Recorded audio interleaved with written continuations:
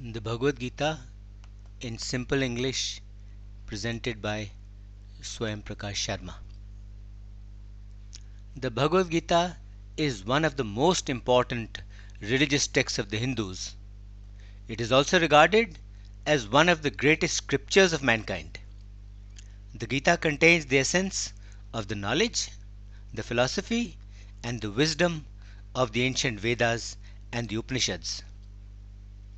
The Bhagavad Gita is an important and integral part of the great Hindu epic, the Mahabharata. The Mahabharata, in terms of its sheer vastness, is by far the biggest epic of all mankind and consists of 18 books. The Gita is located in Book 6, the book of Bhishma, and it consists of 700 verses spread over 18 chapters. The Gita is set in the backdrop of the great war fought at the cusp of the third and the fourth age, the present age, between cousins, the 5 sons of Pandu, the Pandavas, led by the eldest Yudhishthir, and the 100 sons of the blind king Dhritarashtra, the elder brother of Pandu, the Kauravas, led by the eldest Duryodhan. The Pandavas stood for good, while the Kauravas stood for evil. The Pandavas had been unfairly deprived of their kingdom by the Kauravas and forced to spend 13 years in exile, the last year without being discovered. When they had completed their period of exile, they asked for their kingdom from the Kauravas, but Duryodhan refused to return their kingdom to them. The Pandavas were essentially peace-loving people. They wanted to avoid violence and bloodshed at all costs, and therefore they tried all possible peaceful ways to get their kingdom back from the Kauravas. They even sent Lord Krishna to negotiate and make Duryodhan see reason, but all in vain. Duryodhan just would not listen. The Pandavas were even willing to settle for only 5 villages. This too was rejected by Duryodhan, who was not willing to give them any land at all, or, in his own words, not land even to cover the tip of a needle. All peaceful overtures by the Pandavas having failed, the stage was set for war. The Pandavas had no choice but to fight for what was rightfully theirs. They mobilized their allies and with their army gathered on the holy field of Kurukshetra to battle with the Kaurav forces of Duryodhan and his allies. Prince Arjun, one of the Pandav brothers, was the greatest archer warrior of his time. He, along with his other brother, the mighty Bhim, was the mainstay of the Pandav army. Yudhishthir was banking on him to win them the war. Lord Krishna, God incarnate himself, became Arjun's Sarthi, his chariot driver and advisor for the war. However, when the war was about to begin, seeing his grandsire, his kinsmen, and his friends in the opposing army, Arjun suffers a crisis of conscience when he realizes that victory in the war can only be achieved by killing his relatives, his teachers, and his friends, his own near and dear ones. He loses his nerve and is overcome with doubt, pity, and remorse. Confused about his duty, he puts down his bow and arrows, refuses to fight, and sits down in his chariot, despondent and dejected. It was at this critical juncture that Lord Krishna stepped in and delivered the discourse of the Gita to the dejected and the distressed Arjun on the field of battle itself, in the middle of both the armies. The Bhagavad Gita is thus a dialogue between God incarnate himself, Lord Krishna, and the wavering warrior Prince Arjun, where the Lord addresses all the concerns, all the doubts, and all the misgivings of the warrior prince on the field of battle itself. Lord Krishna tells Arjun that the soul is immortal and that it can never die, while the body is mortal and that it has to die. He tells Arjun that his duty is only to do work and not to worry about the fruit of work. He tells about selfless work, about renouncing the fruit of work, about one's duty, about the harmony of yoga, and about Brahma, the Supreme, the Absolute. He tells about the reasons of his incarnation, the circumstances in which he is born into this world. Whenever dharma declines and sin dominates, then is God born into the world. For the protection of the good, for the destruction of the evil, and for re-establishing dharma, he is born into this world again and again. He tells about devotion to God, about one's dharma, one's righteous and ordained duty, about sacrifice and renunciation, and about surrender to the Lord, about the field of action, about the knower of the field of action, and about knowledge of both.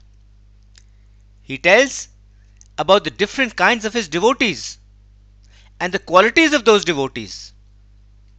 He tells Arjun about how to meditate, about the ways of controlling the mind, about the three attributes of nature: Satgun, light and goodness; Rajogun, fire and passion; and Tamogun, dark and evil and dullness.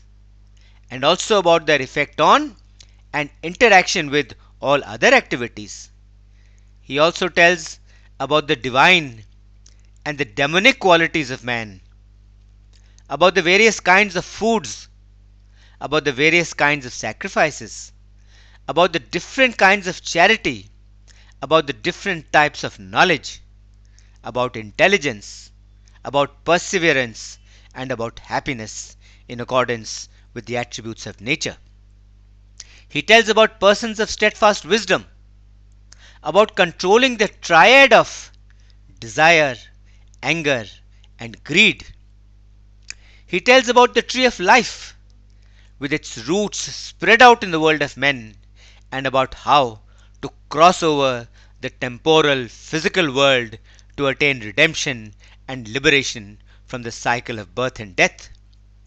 Krishna also describes his various and different manifestations, reveals to Arjun his all-encompassing, cosmic, divine form, and finally assuring Arjun that he would give refuge to him and also free him from all sins. Lord Krishna concludes his discourse. Hearing the Lord's discourse of the Gita, the doubts, the confusion, the ignorance, and the delusion, the crisis of conscience which had taken hold of Arjun and which had weakened him, all go away. He becomes calm and composed, regains his nerve, and agrees to fight the war. He fights the Kauravas, defeats them, and restores the kingdom to its rightful king, his brother Yudhishthir. The Bhagavad Gita occupies a very special place in the hearts and in the lives of the Hindu people. For thousands of years, they have been comforted by its divine words. They do not regard the Gita as just a holy scripture. They also regard it as the key which helps unlock the mysteries of life and which helps in dealing with the problems of everyday life. For them, it is not just a book of philosophy and religion. It is in fact a handbook, a kind of ready reckoner which helps them in dealing with the ups and downs of life, with its nitty-gritty, with its everyday problems, and also with its crisis situations, and thereby it helps in bringing peace and tranquility to their lives in the process. Among all the great religious or spiritual discourses of the world, the Gita is probably the only such discourse to have been delivered on the field of battle. The Gita tells us the battle we have to fight is not just a physical battle with our outside enemies, it is also an internal and spiritual battle with the enemies within us. The Gita not only brings the wavering warrior back to the path of duty and inculcates in him again his lost sense of duty by dispelling his doubts and his ignorance, it also puts him on the right path to life, spirituality, and emancipation. In life, we have enemies all around us. They are not only outside, surrounding us on all sides, they are also firmly entrenched within us as well, in our minds and in our hearts. Vanquishing all these outer and inner enemies and showing the right path to emancipation and liberation is the main objective, the main aim of the Gita. The Gita clearly lists out four paths to liberation and emancipation: the path of knowledge, the path of selfless work, the path of meditation, and the path of devotion. Hindu philosophy recognizes all these as the pathways leading to emancipation and liberation. Among all the great religious discourses of the world, the Gita is perhaps the only one which describes the various paths, but then leaves it to the individual to choose his path. The Gita gives us the liberty, the freedom to choose our own path of liberation. Through this presentation of the Gita in simple English, I have tried to make it easy to read, easy to listen to, and also easy to comprehend, so that it could enrich our lives and bring happiness, peace, and contentment to us all. Om Shanti Shanti Shanti Om.